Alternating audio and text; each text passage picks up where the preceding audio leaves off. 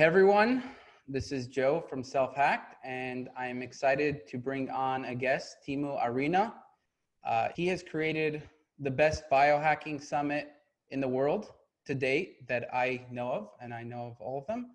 And I spoke at one of his summits, and one thing I realized is I would definitely go to the summit if I wasn't speaking at it. It's a great summit. And I would recommend everyone go to that summit. I want to allow him to explain some other aspects of his bio because I actually don't know that much about him.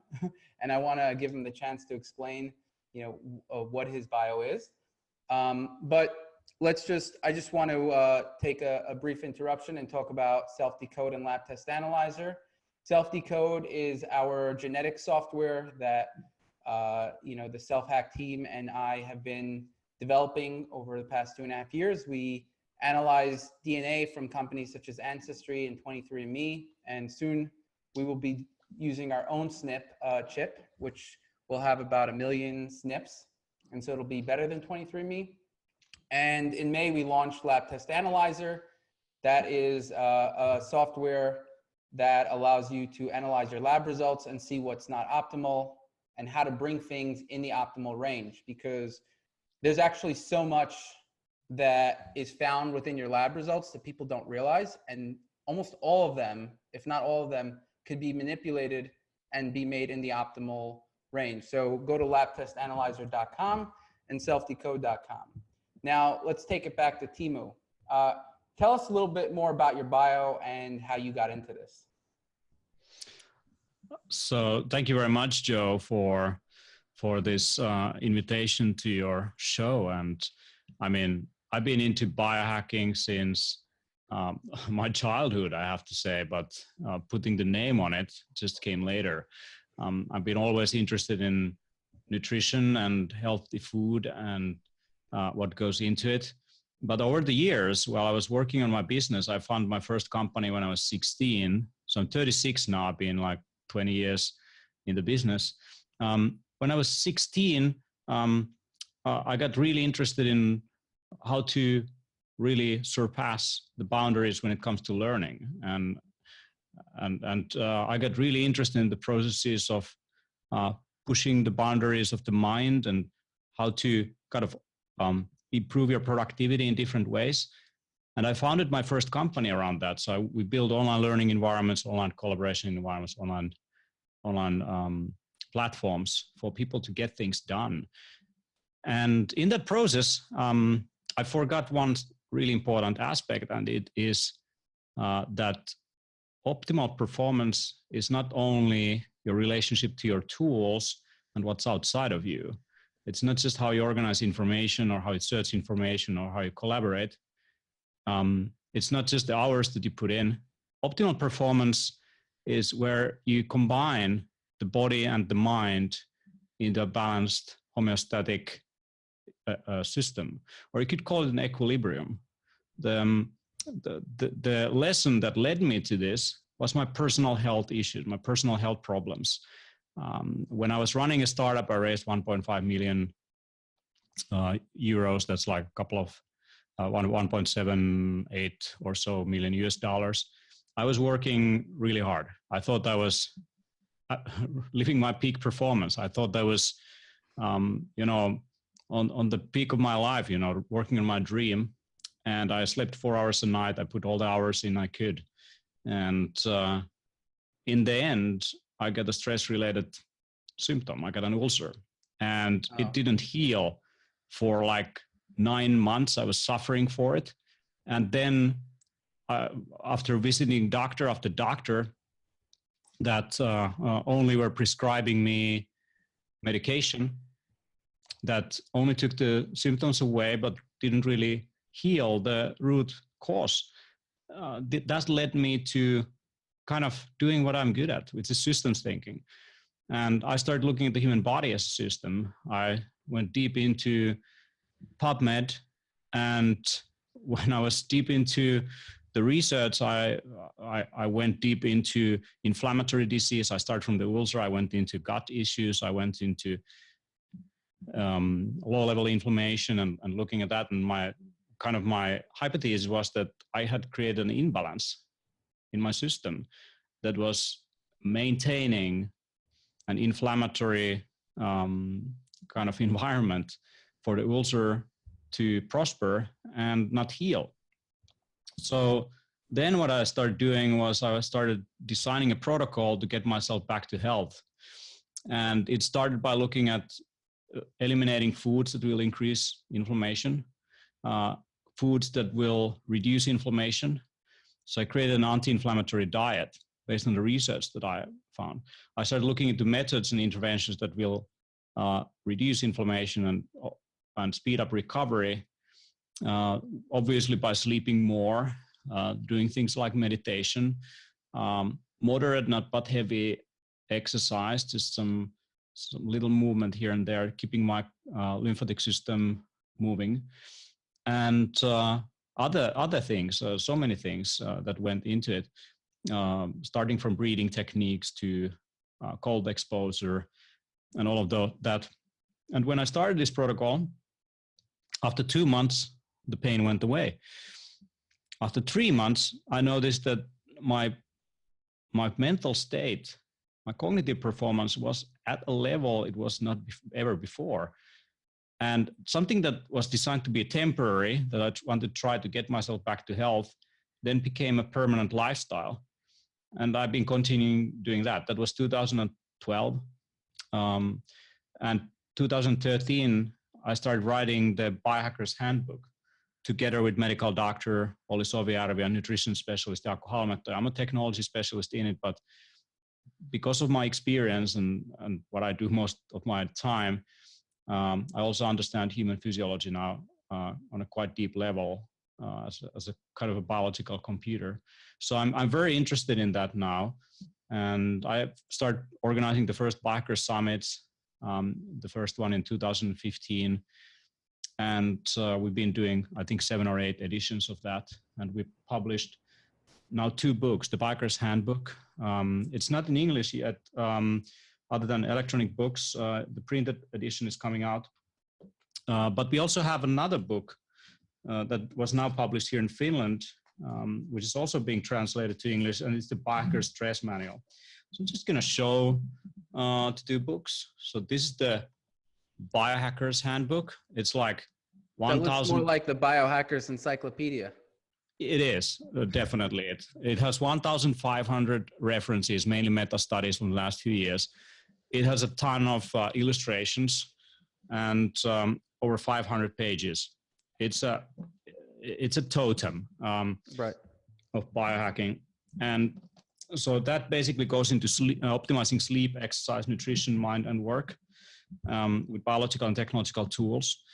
And now we have the sequel that we had the launch party actually yesterday.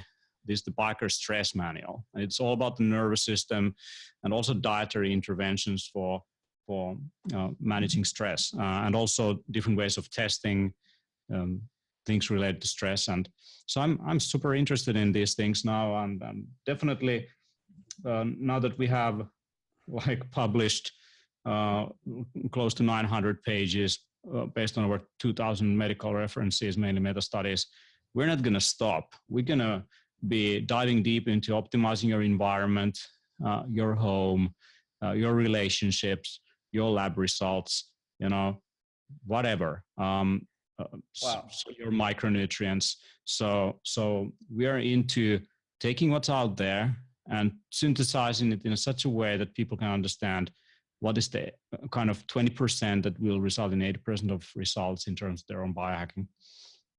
Wow, amazing. So would you say you've completely healed yourself? So right now, looking at my lab results from the last 6 years, since the inception, I've been able to systematically improve several markers related to health. Could you name what those markers are and how they improved? So there's several ones, but I'll give you a few major ones. So one of them is triglycerides to HDL ratio, predictor for heart disease. So that's triglycerides to HDL ratio. Yeah, and that one has been improving on a linear basis since I started doing all this biohacking stuff. So I'm I've been basically able to reverse any kind of risk for cardiovascular disease. Now, looking at, and also looking at inflammation markers, my high sensitive C-reactive protein is rock bottom, homocysteine is at bay. So I'm good with that. Now look. Do you mind sharing like some specific numbers for some things? Like let's say what your triglycerides are. I'd be curious. Yeah, I would have to pick up the data, but if you're interested, I can share you the data into your show notes so people can take a look at my stats. Okay, great. Yeah. Yeah. I like to see like the exact numbers, like, okay, it was this and then it improved to this. And what did you do over that time to improve it? That would be like super interesting. So maybe you could just say like, we could just talk about, what did you do to improve your triglycerides? And did it improve by 20%? Like, did it cut in half? Give us some kind of number. Not a number. Give us some kind of idea of the magnitude, if you have anything like that. Yeah. It doesn't have to be exact. Just like general. Like, yeah, it improved, I don't know, 20% or whatever, and we could give them the exact numbers later so that they see. Certainly. So, yeah, I don't have my computer data right now. I'm in a different machine right now, so I can't really point those out because we use a different system here in Europe than in the US. So I can right. The numbers are going to be different. Yeah. So, yeah. But I give you an idea. About that. So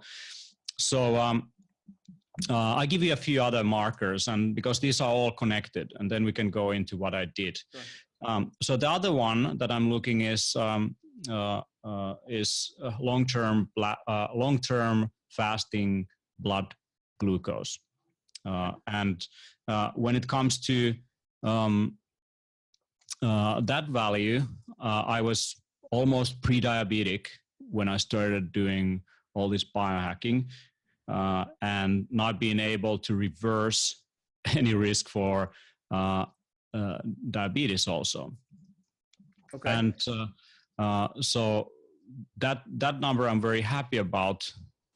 That's in the millimoles, right? That one's actually pretty simple. All you have to do is times it by 18 and you get the US number. Yeah. I'm trying to look if I have the data here in my computer here somewhere. And so we have an optimal value of blood glucose on lab test analyzers, 80 to 95.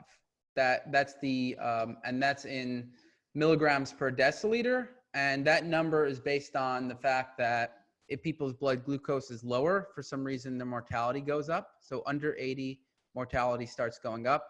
Over 95, mortality starts going up. That means mortality is the risk of dying. So you want the lowest risk of dying, of course.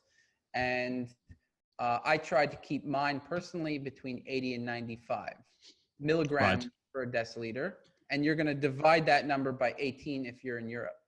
Yeah, so I'm looking at hemoglobin A1C, and with average blood sugar level on hemoglobin A1C, when I started, I was at 5.7. Okay, that's pre-diabetic almost. Yeah, and now I'm 4.8. That's optimal. Yeah, and I've been pre-diabetic to optimal. Okay, so this has can you explain how you did that? And this has been like a exponential decline in values. I'll get into the details on all the biohacking that I did, but I give you also the triglycerides to HDL ratio. It's when I started it was 1.3. You should have less than 2 at least. Okay. And now I'm 0.5. So triglycerides to HDL ratio. So that means that let's say your triglycerides are half the number of your HDL. So if your HDL, let's say an optimal value might be somewhere around 70, above 60 is generally pretty optimal. Yeah. But let's say 70 and your triglycerides might be around 35. Both of them would be optimal. You got it. Those are my numbers. I have HDL is 69 and triglycerides is 36. Wow, that's amazing triglycerides. Mine are about 60, and 60, the mortality doesn't increase Like there's no about like I haven't seen any studies that show like increasing mortality when you're below about 70. Yeah. So I've been basically when I started, my triglycerides were 97. It's still less than what is a risk factor, but I find like being between 35 and 65 to be more optimal for it. Definitely. So, well, and so what did you do to get that ratio? You brought up your HDL, you reduced your triglycerides. Can you give us like one biohack that you did to do that? So one thing that I did, I switched over to more of a ketogenic diet, but I also increased the amount of plants that I was taking in. And I definitely dropped the amount of carbohydrates and calories in general. So what I've been doing is like a cyclical ketogenic diet. So I'm not like doing it full time, but I'm doing it on a constant basis. And I'm also doing intermittent fasting. Now, some other things that I'm doing that definitely affect blood glucose control is I work with a lot of different adaptogenic herbs and medicinal mushrooms. And I found those to be very beneficial. There is a lot of interesting adaptogenic herbs which have been linked to better blood glucose control. Things like ginseng, things like chaga mushrooms and so on. Also some spices like cinnamon. And so I find regular use of very bitter compounds and plants to being key, partly in the ability to maintain blood sugar at optimal range, which reduces risk for inflammation, which then reduces risk for affecting the blood lipids that then can lead into issues and problems when it comes to the risk for cardiovascular disease. Something that's really interesting, something that you mentioned, bringing down your fasting glucose. One thing that I noticed is that if I go through a stressful period, let's say with work, I have a lot of things going on, and once in a while I do have a stressful period, and I noticed that when my cortisol is going up, my blood glucose, my fasting blood glucose goes up in the morning, and I found that that's actually verified as well by other people in some studies. Basically, it's known that glucose increases, cortisol increases glucose, right? And you're releasing cortisol at night. If you're stressed out and you're thinking about your problems at night or whatever, then you're going to wake up with a higher fasting glucose. Also, sleep deprivation is one thing. Also, I would say I'm often skipping like a major breakfast, and I know from genetic reasons I have a pancreas that is highly sensitive to the effects of melatonin. Melatonin is not just a sleep hormone, it's a hormone that also in the evening when it's secreted, it blocks the melatonin receptors in the pancreas. And when that happens, or it binds into the melatonin receptor, what happens in that case, it keeps your blood sugar levels higher so that you can go through the night without waking up at 4 a.m. hungry. So if you eat breakfast that is high in carbohydrates and you have still the melatonin affecting the pancreatic cells, your blood sugar control will not be optimal in the morning hours. So if I would be supplementing on melatonin, I would definitely be then skipping breakfast. I would wait until lunchtime at least before I put any carbohydrates into my system. I think a lot of people are overdoing melatonin, and I think overuse of melatonin in high amounts is and combined with high carbohydrate breakfast is a risk factor for diabetes. That's just from the studies that I've been reading. So melatonin, although it's an anti-inflammatory compound, reduces inflammation, it's great sleep hormone, more is not more. That's really interesting, and actually I did not know that. And one of the reasons why it's interesting is because one of the things that I recommend in general to people is higher protein in the morning, higher carbs at night. And your body is more sensitive. Your insulin receptors are more sensitive at night to carbs. So like 5 p.m., that's when I think it's you can optimally handle carbs, and let's say 5 p.m. to 7 p.m. or something like that. And what's interesting is this is another reason why you don't want to have a high carb meal in the morning, because you're producing melatonin all night. You get up, you have carbs. You're not going to be handling those carbs as well as you would later on the day. So I actually didn't know that. Exactly. So that's why I basically postpone my carbs for evening. And when I'm doing cyclical ketogenic diet, when I'm not in my ketogenic diet, I'm still usually not eating carbohydrates for breakfast, but I might be having a little bit for lunch, but most of it in the evening. And that's how I go with it.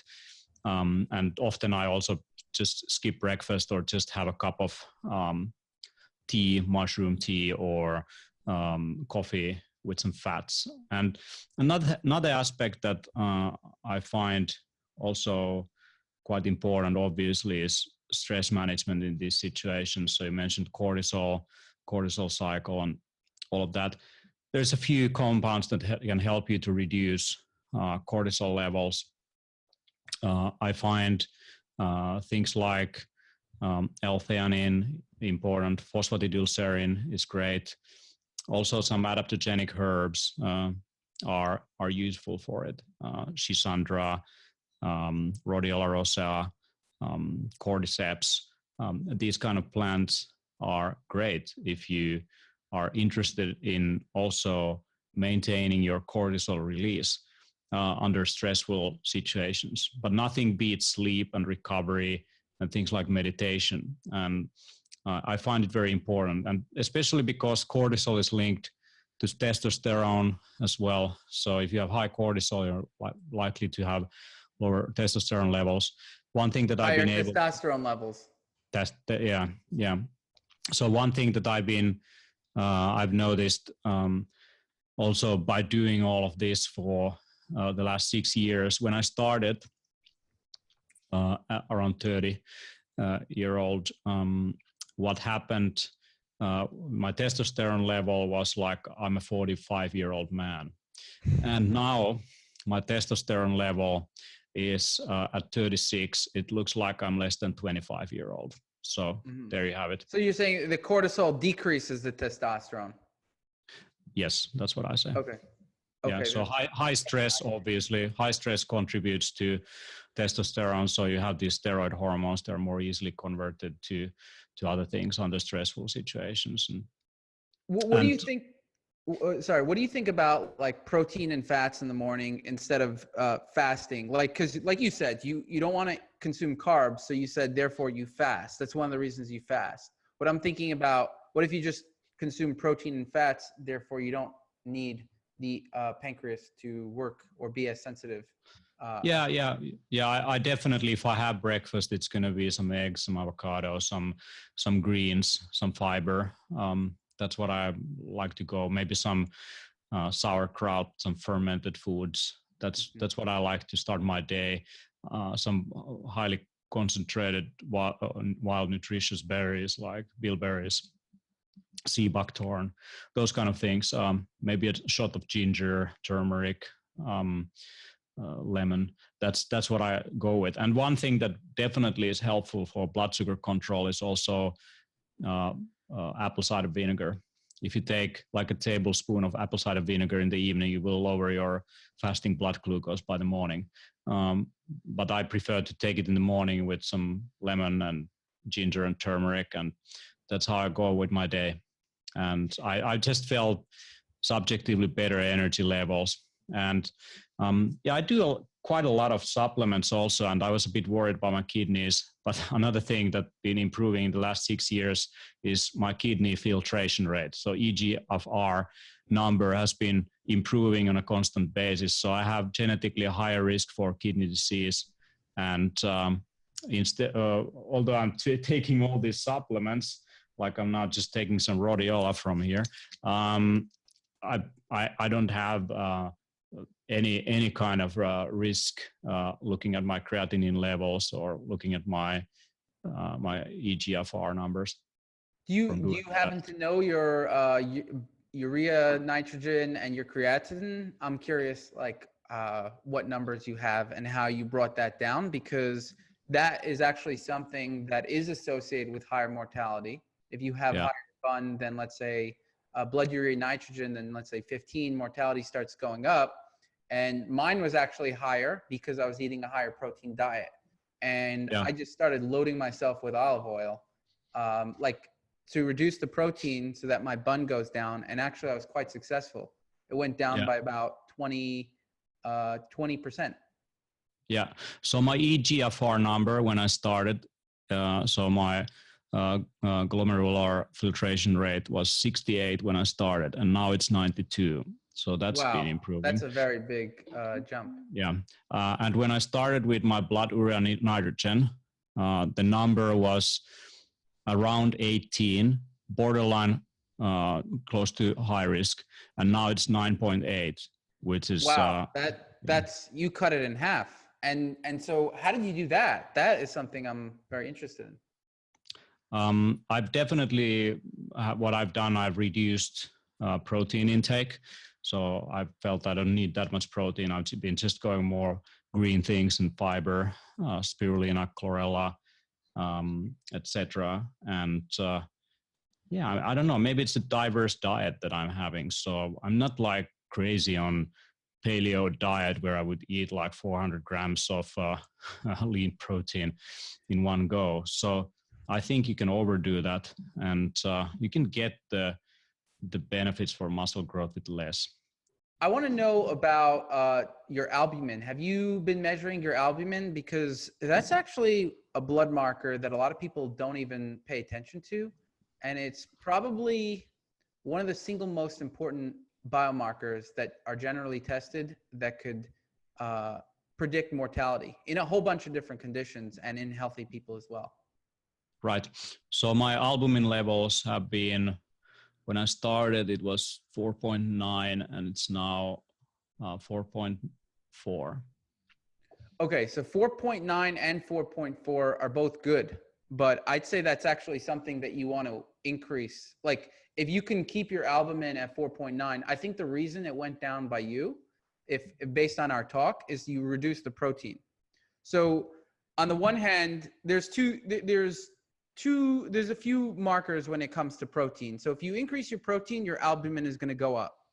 If you increase your protein, also your BUN and creatinine are going to go up, and that's bad. So in one place is good, one place is bad. There's something called a gap ratio, which they minus the total serum protein minus the albumin.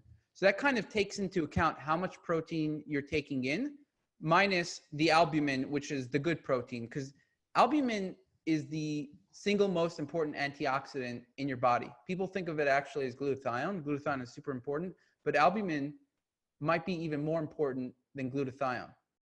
Right. And so what I'm curious about is, do you have your serum protein there as well? Let me see. Because if we can adjust it for your protein, then we could see if that marker went up or down. Let's see. My albumin, just while you're checking, my albumin actually went down very slightly, pretty much the same, but my total serum protein went down, so my ratio got better. So the difference, I don't have the serum protein here. I could send you a study later that shows that there was a study I was actually reading yesterday that the 4-year mortality is one of the biggest factors is the total serum protein minus the albumin. It's called the gap ratio. Yeah. And I think that's something that you would want to measure and track over time, because I'm curious how that is. And I'd also, I mean, that's one thing. Like I brought down, I was able to bring down my BUN and my creatinine, and my albumin stayed around the same. It went down like 0.1, but not significant. It's still in the optimal range. We have on Lab Test Analyzer, based on all the research we've done, the optimal is between 4.4 to 5.5. So you're still in the optimal range, nothing to worry about there. That means like your mortality is not going up, but it's one of those things like the higher the better, but definitely nothing to worry about there. You're in the optimal range. Hooray. I'm going to stay alive, man. Yeah. And just so people know, the normal range is 3.5 to 5.5. So if you go to a doctor and you get your albumin tested and you're like 3.4 even, they're not going to say a word to you, even though your mortality levels your risk of dying is going to be increased. So yeah, that's something you definitely want to biohack. If that's the thing about the current system is that health is defined as an absence of disease. So when health is defined as an absence of disease, it's basically when you don't have a diagnosed disease or symptoms for it. When it comes to optimal health, what we are talking about here, it's a completely different story. So you're not looking at reference values, what you're looking at, what is optimal to you. And what is optimal to you can look at studies and what comes out of basically taking your data sets and looking at like what is a good reference range for optimal. But you have to take into account also ethnic background, age, gender. There's so many different things that go into it. So to me, as much as it's a science, it's also an art. And definitely like as much as we as biohackers, we are looking at optimal, it's still like trying to reach the origo. You will never reach it. It's kind of like a moving target. The equilibrium is a constantly shifting system. So looking at the homeostasis of the human body is full of different compensatory mechanisms that are compensating for each other. So when it comes to these blood values, what I see more is like a mixer board of things that are changing in proportion to each other. And the body tries to compensate for things that are happening. And definitely when it comes to optimal health, there are some key factors that you can look into. You can look at micronutrients, that you're getting all the nutrients necessary so that you don't compromise certain metabolic pathways. You can look at the extremes so that you don't have too little or too much something. And you can look at the different ratios that we just kind of went through here, like triglycerides to HDL or the gap ratio and several other more statistically accurate ways of looking at the proportion between different markers. But still in the end, like where we are right now, we really have to combine our understanding of genetic information with blood biomarkers, but also perhaps in the future epigenetic testing so that we can understand how our gene expression is changing in relation to exposure to environmental stress factors and all of that. So, and when you think of stress even, stress like that could be too much exercise, or it could be too much work, or it could be environmental pollutants or psychological, physical stress, cellular stress. Sometimes those processes are needed to become resilient. So even working occasionally on the borderline is necessary for maintaining an optimal kind of response. Or just like in exercise, there's this theory of supercompensation.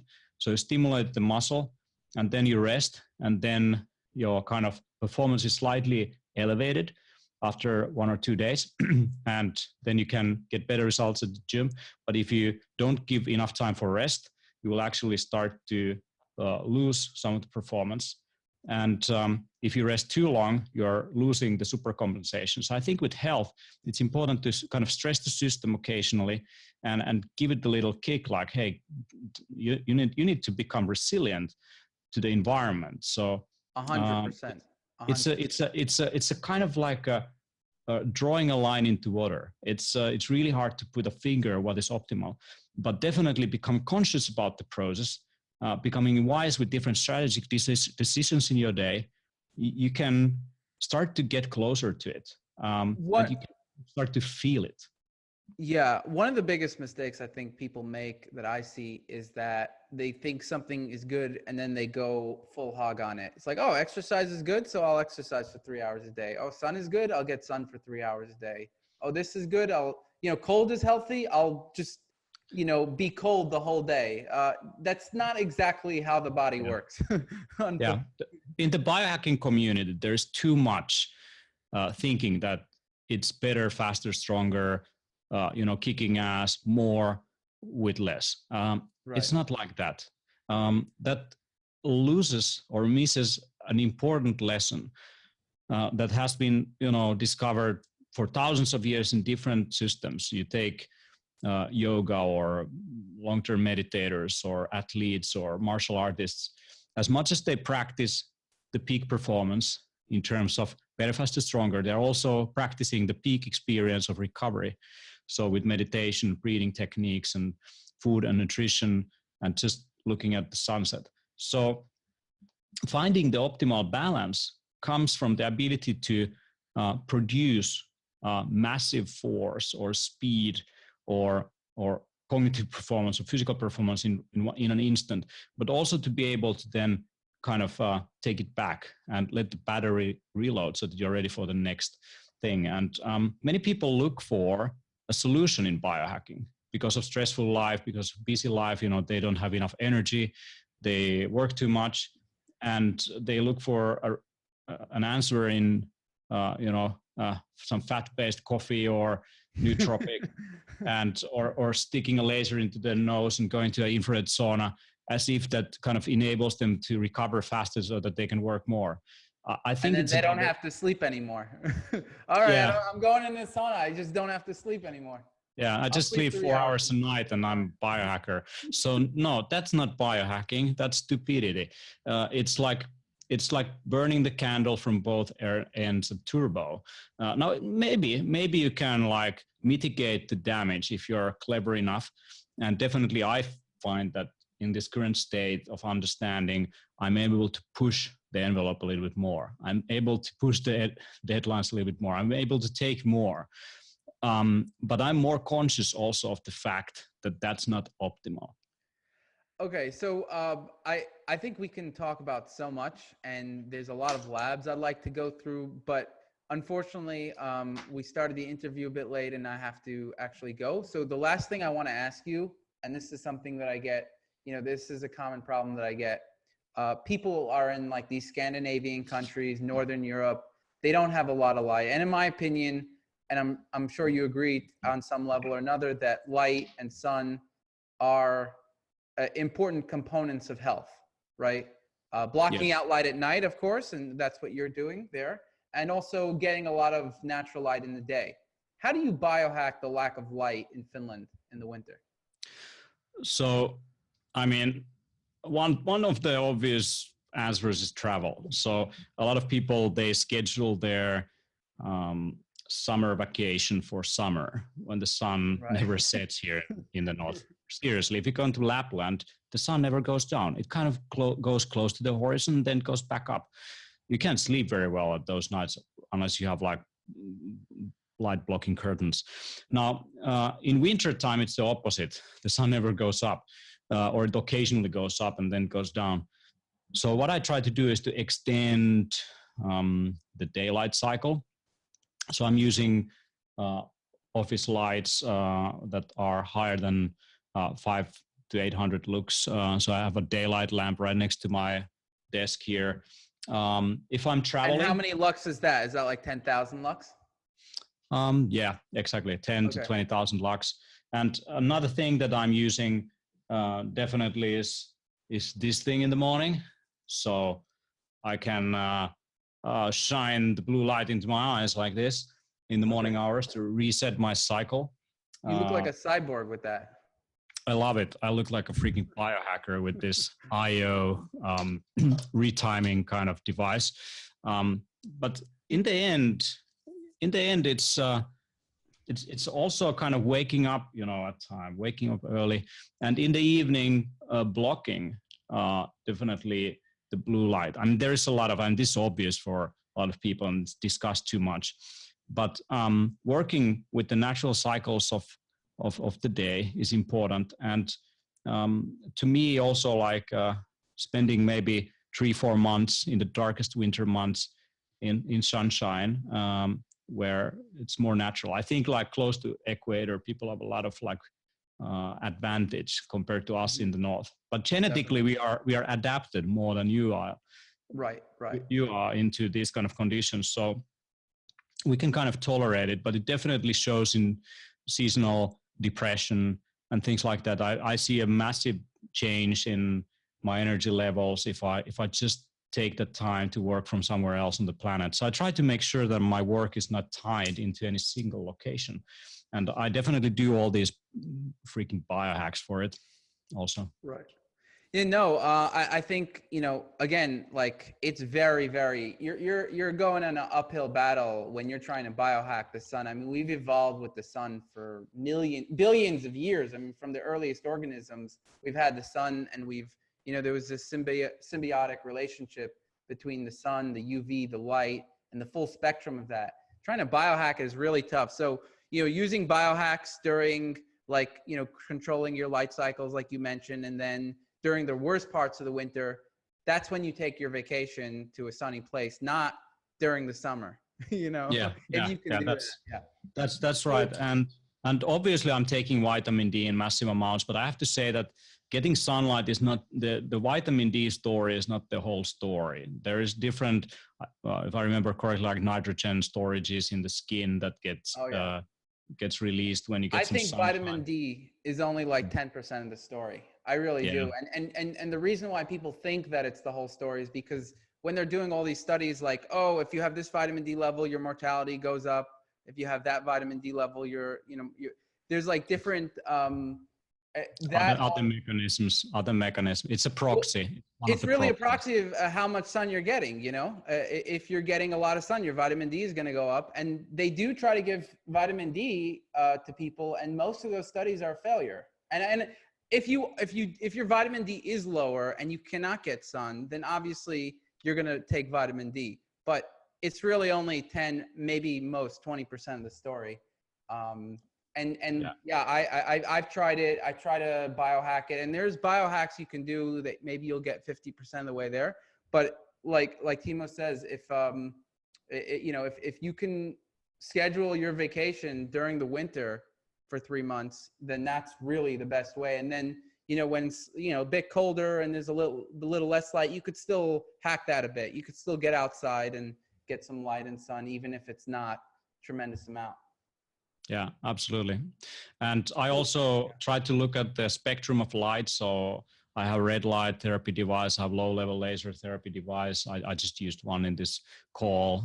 These things I usually like to use early in the evening. So I'm kind of bringing in the signal into my biology that the sun is going down also. Like it's time to start the recovery, start to work with that. I think it's very interesting also to look at time restricted eating, so that you stop eating after sunset, and it seems to improve your blood sugar control.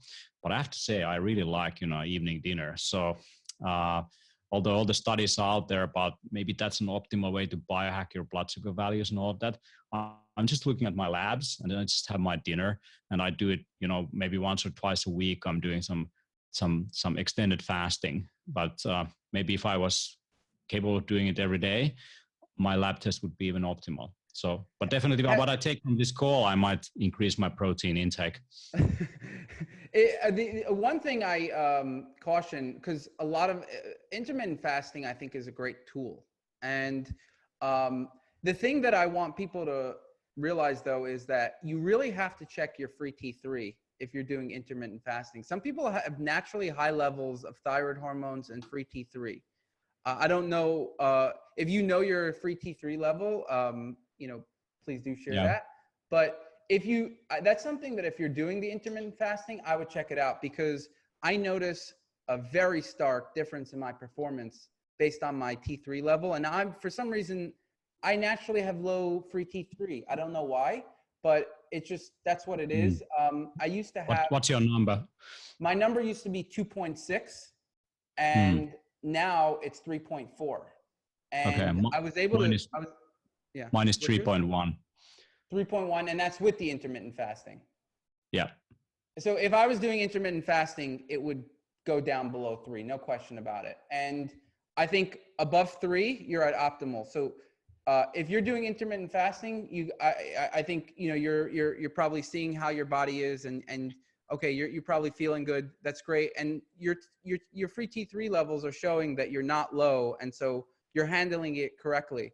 But some people don't have that. And the other thing is, even if your free T3 is normal, some people have like limbic system issues. Basically, the limbic system is controlling all these stress factors, the exercise, every therapy that you do pretty much is interacting with the limbic system. If you get stressed, if you exercise, if you go into a sauna, if you do cold, it's all interacting with the limbic system. And some people have a weaker limbic system. Like if they exercise for an hour, they'll just be, you know, we call it chronic fatigue syndrome. Honestly, I think it's like some kind of weak limbic system where their limbic system, you know, notices some kind of inflammation. It reacts too strongly, and then it just shuts down, and then they're tired. The limbic system controls your wakefulness, your sleep, your hunger, your metabolism. It controls all of these different factors, your motivation. And so let's say what I notice is like people will have these cluster of symptoms like, oh yeah, I'm tired and I have brain fog and I have, you know, and I don't recover very well and all these things. Well, that's all actually all within the limbic system. And so what I would suggest is, you know, if you're optimal like Teemu and you're doing all these biohacks and you're making sure that you rest and, you know, he's meditating calms the limbic system. It balances it great. Then intermittent fasting is something that's great. So I actually think that Teemu is probably doing the right thing here because he's, you know, he's constantly aware of where his levels are. Is he overtraining? And he's always trying to balance his limbic system. For people who are very weak with the limbic system, they experience stress very easily, depression very easily. That's something that you want to watch out if you're doing intermittent fasting because that stresses the limbic system. If you don't eat, your cortisol levels are going to go up. Yeah, so absolutely. Pay attention to your limbic system and your free thyroid hormones when you do that. And if they're like Teemu's, then I'd say, you know, you're probably doing the right thing. If not, you know, back off of it. You're absolutely right here. And the limbic system, thanks for bringing it up. And stress management is key. And definitely not eating is going to make you slightly more sensitive. If you're a highly sensitive person, you have issues with your limbic system and emotional control. I mean, you will hurt your thyroid. And maybe these people need a little bit more limbic resonance, the term that Elon Musk brought up in a recent podcast with Joe Rogan. It comes from a book. It comes from Elon Musk. Elon Musk, yeah, he brought it up. This is a great term. I should say that. Yeah, it's from a book called A General Theory of Love that was published in 2000. It's a book that goes into the brain chemistry and nervous system and basically talks about the measured effect that the closest people have to us. It's called limbic resonance, and why we kind of need love and healthy relationships. But I think the first step for anyone is to love themselves, to be content with themselves, and not worry too much what others think about themselves and or what they themselves think about themselves. Because I mean, true love cannot be necessarily found from the outside; it can be found from the inside. That you're content with yourself, and this is what meditation teaches me.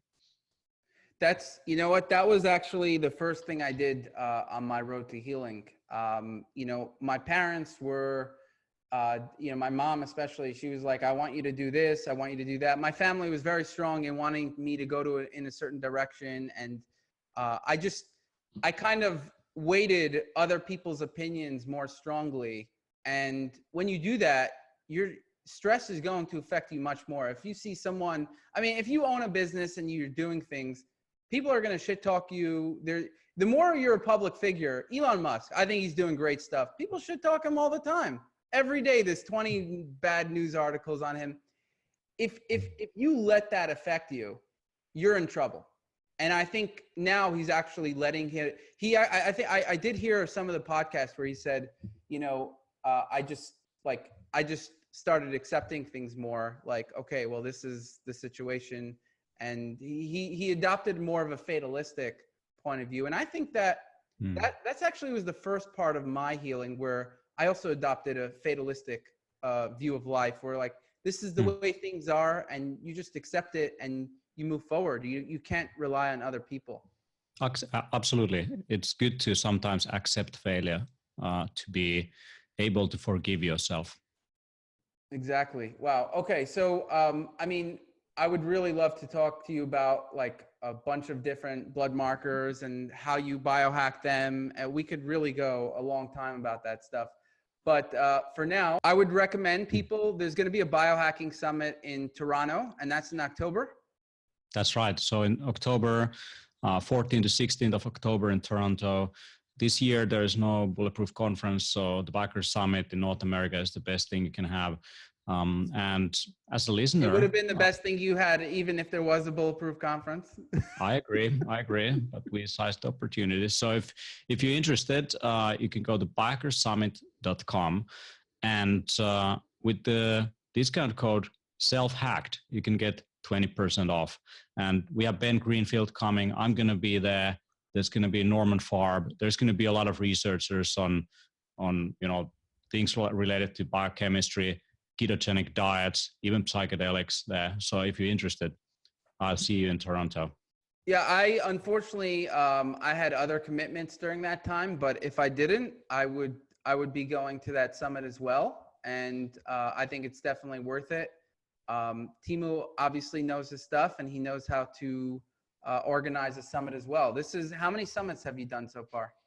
Yeah, I think it's something like 7, 8 summits, yeah. and you were in Helsinki event, and there is a recording also of that over there on the internet. So check it out.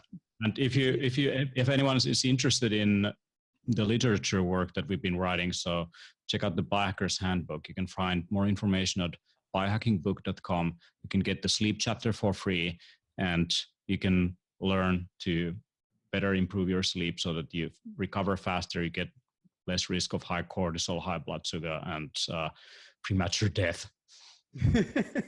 Exactly. Okay, it was great speaking to you, Teemu, and I would definitely like to speak to you again at some point. And we didn't even prepare the lab results, so I kind of took him by surprise with all the lab results. So he didn't even have it up. When we were talking before the show, he was telling me that he actually does that, and I was like, oh, that's super interesting. I love that stuff. Yeah. Okay. Cool. So with that, I mean, thank you very much, Joe, and always happy to be on your show. All right. Take care. Cool. Thanks.